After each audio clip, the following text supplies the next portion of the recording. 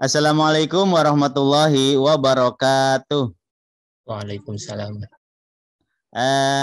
Bapak Ibu dimanapun berada, jumpa lagi dengan saya Ferdiansyah Syaiful Hijrah dari KF Academy.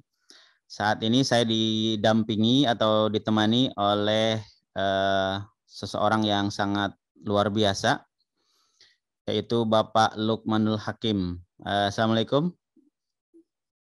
Pak, saya panggil Pak Lukman ya? Iya. Waalaikumsalam warahmatullahi wabarakatuh, Pak Ya. Ferdi dan Iya. Bapak Ibu dimanapun berada. Iya, Bapak Ibu, Pak Lukman ini adalah dari tim akademik Semiokitab in Science atau SIKIS ya, sebuah lembaga konsorsium Menteri-Menteri Pendidikan se-Asia Tenggara. Jadi ini sebuah lembaga yang luar biasa, berkontribusi besar pada perkembangan pendidikan di Indonesia dan levelnya Asia Tenggara, bukan level nasional lagi. Jadi beliau memang kapasitinya luar biasa ya. Nah, pada kesempatan kali ini, mumpung saya ditemani beliau, saya berkesempatan mendapatkan waktu beliau yang luar biasa sibuk. Saya ingin menanyakan hal yang sedang hot saat ini, gitu ya. Dua hal, yaitu pertama kurikulum merdeka, yang kedua STEM. Nah ini, jadi banyak guru yang pertanyaan masuk ke kami, ke KF Academy. Sesungguhnya STEM itu bisa enggak sih diterapkan di kurikulum merdeka?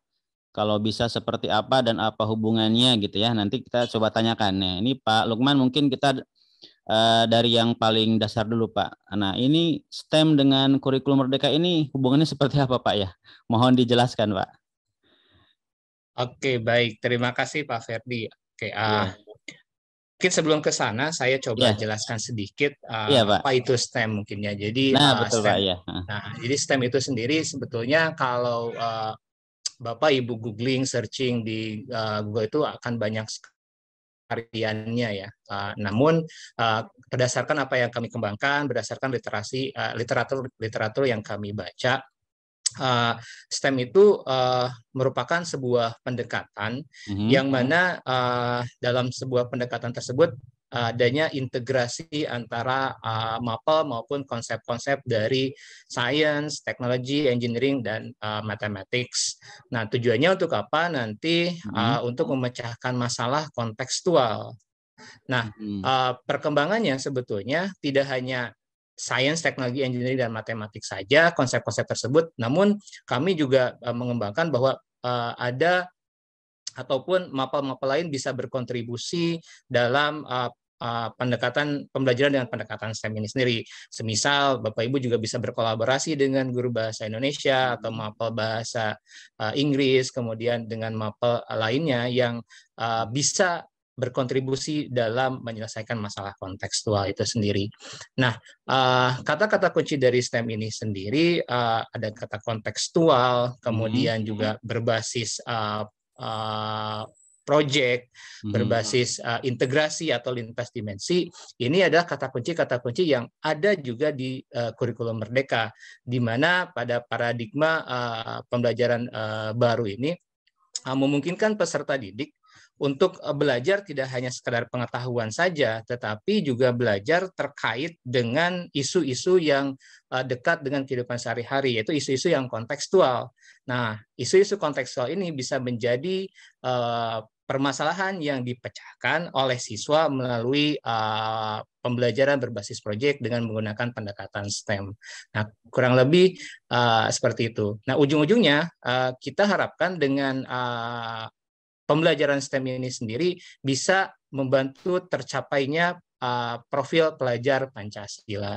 Itu kurang lebih hubungannya dengan kurikulum merdeka. Jadi kita memposisikan STEM ini sebuah pendekatan, nanti kita bisa pakai model pembelajarannya berbasis proyek, isu-isu yang dipecahkannya adalah kontekstual, sehingga siswa tidak hanya belajar terkait pengetahuan saja, tapi juga mengalami sendiri dalam pemecahan masalah kehidupan sehari-hari atau kontekstual. Itu paling. Luar biasa Pak.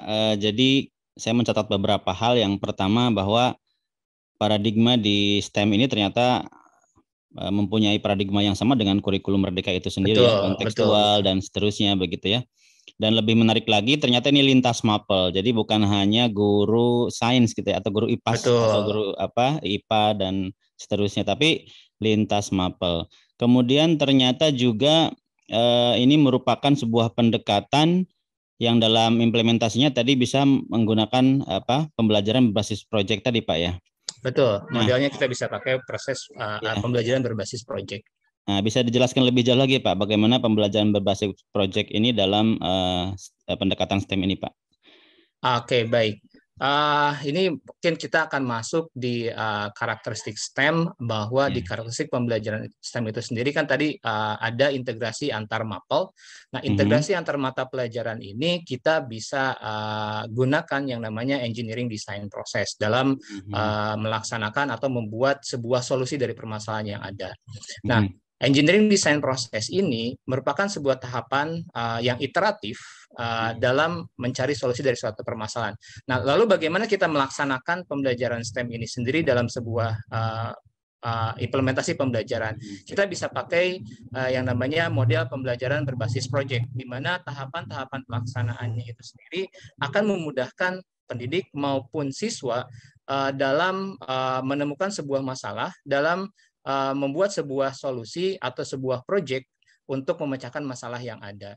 Nah, nanti kita akan bahas nih Pak Ferdi, karakteristik engineering design proses ini, kemudian model bagaimana implementasinya, bagaimana perencanaannya menggunakan model pembelajaran berbasis proyek. Nah, ini menarik nih. Jadi kalau mau tahu lebih banyak ya nanti kita bisa bahas di pelatihannya itu sendiri. Nah, itu betul. Ini tahapan-tahapan ini akan memudahkan peserta didik, akan memudahkan pendidik dalam mengeksplorasi atau dalam menemukan sebuah solusi dari permasalahan kontekstual yang ada. Luar biasa. Jadi kata kuncinya kontekstual ya. Bagaimana kontekstual, siswa, holistik, kemudian integratif dan betul. Inovatif dan lain-lain Pak. Dan lain-lain sesuai dengan profil pelajar Pancasila itu sendiri. Betul. Nah, Pak Lukman, ini yang sangat menarik bahwa sebelum kita ngobrol di podcast kali ini, alhamdulillah saya sudah mendapatkan persetujuan dari Bapak untuk mengisi workshop di KF Academy yang insya Allah dilaksanakan bulan Mei gitu ya, awal Mei insya Allah. Nah, boleh dijelaskan kepada kami nanti apa saja yang akan dibahas di workshop tersebut Pak? Oke, baik. Jadi nanti akan ada dari judulnya sendiri ada dua kata kunci, yaitu pembelajaran STEM dan kurikulum Merdeka itu sendiri. Yang pertama tentu nanti saya akan membahas terkait dengan apa itu STEM, hubungannya dengan karakteristik pembelajaran STEM itu sendiri. Kami mencoba mengembangkan karakteristik pembelajaran STEM ini dari berbagai pakarnya, mulai dari Baibi, kemudian juga ada Anna Jolie. Lalu sedikit kita berbicara mengapa pembelajaran STEM ini bisa dilaksanakan di kurikulum Merdeka. Lalu tentu yang tidak kalah pentingnya adalah bagaimana kita mengimplementasikan atau merencanakan pembelajaran STEM ini pada kurikulum pembelajaran di kurikulum Merdeka. Nah, kemudian terkait dengan pembelajaran yang di kurikulum Merdeka ini sendiri, kita fokusnya nanti di proyek penguatan profil pelajar Pancasila. Jadi ini kita akan arahnya bukan ke pembelajaran intrakurikuler, tapi kita akan coba bagaimana membuat atau merencanakan sebuah proyek penguatan profil pelajar Pancasila dengan menggunakan pendekatan STEM ini sendiri. Nah, kita juga tentu proyek penguatan profil pelajar Pancasila ini ruang lingkupnya luas.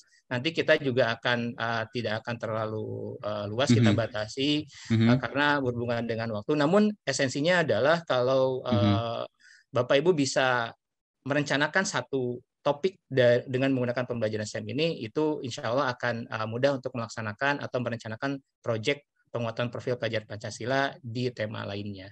Karena kan ada 7 tema nih, ada 7 tema, ada 7 tema yang mendukung pada pencapaian profil pelajar Pancasila.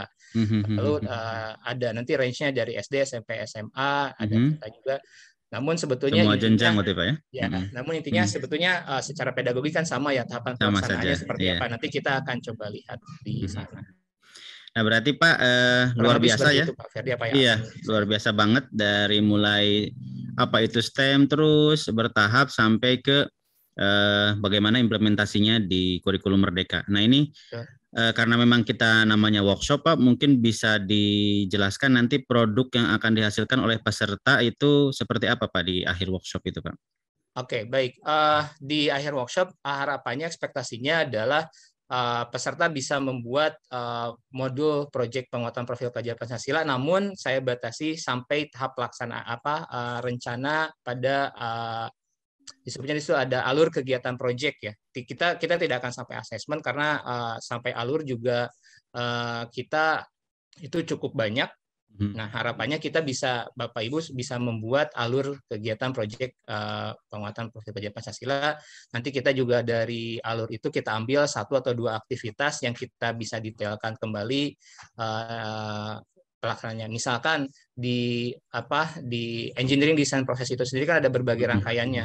Nah, ada berbagai tahapan. Nah, dari setiap tahapan pelaksanaan engineering design proses itu nanti ada kegiatan-kegiatan apa yang akan dilakukan oleh guru, oleh peserta didik. Kita akan coba bahas sampai sana. Sehingga nanti akhirnya para peserta juga bisa mengembangkan secara mandiri, karena kan harapannya dari proyek dari kurikulum mereka ini sendiri guru yang berinovasi, kemudian guru yang bisa mandiri, fleksibel, dan bisa mengembangkan modul ini. Nah, ini saya akan memberikan inspirasi dan mungkin tahap pelaksanaannya seperti tahap perencanaannya seperti apa, kemudian tahap-tahap pelaksanaannya nanti kalau mau menggunakan STEM itu seperti apa, kita akan berbicara lebih teknis ke sana. Itu Luar Pak. biasa ya. Bapak Ibu, ini pasti saya yakin Bapak Ibu sudah tidak sabar untuk ikut workshopnya. Jadi silahkan Bapak Ibu baik mengajar di TK, SD, SMP, SMA, SMK, bahkan perguruan tinggi sekalipun untuk mengikuti workshop ini, apalagi sampai nanti menghasilkan modul yang berupa alur tadi, Pak ya. Jadi ini sebuah hal yang luar biasa yang saya pikir saya sendiri belum pernah mendapatkan ini dimanapun gitu ya, sampai membuat modul sampai alur tadi. Jadi Bapak Ibu nanti kami kabari ya pelaksanaannya tanggal berapa dan teknis daftar dan seterusnya. Tunggu saja gitu ya Bapak Ibu, dan setelah saatnya dibuka pendaftaran silahkan daftar.